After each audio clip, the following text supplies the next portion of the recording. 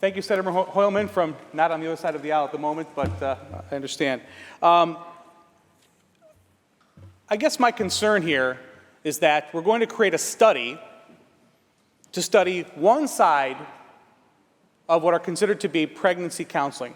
We're going to study those folks whose mission it is, really, to say that we want to provide information and alternatives to abortion. That's their mission. Now, we might say, well, they're not telling about abortion.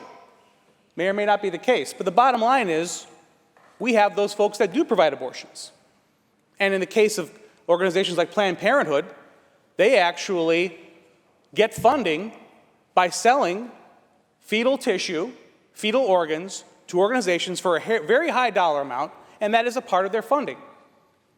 So I don't see what their incentive is to counsel the other way. So if we're going to perform a study, let's perform a complete study, and let's see what's actually going on with those who provide services of abortion and those who provide services to support those that are pregnant. This bill does not do that. What this does is it targets those who would like to provide an alternative to abortion and also other services. As Senator Hoylman mentioned, they provide pregnancy tests, sonograms, diapers, information.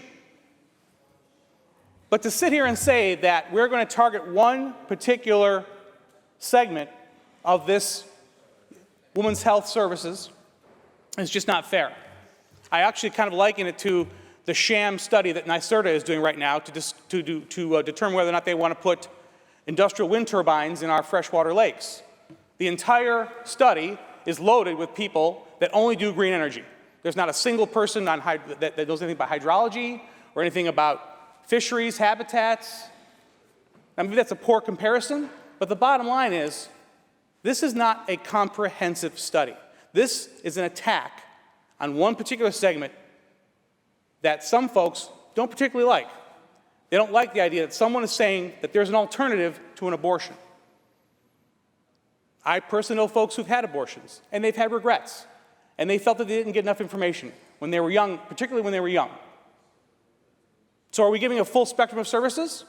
Well, I don't know, when you are generating an invoice for $25,000 to a company called STEM Express for fetal body parts, I'm not sure what your motivation is. That's a frightening name for a company, by the way, STEM Express. And that's what Planned Parenthood does. Now, ladies and gentlemen, we talked about a lot of bills today.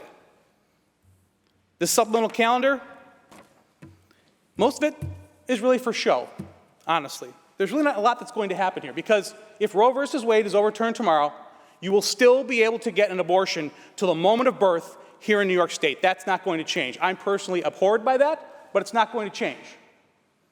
So what this really is, this little suite of bills today, was more or less the One-Party Rule Preservation Act.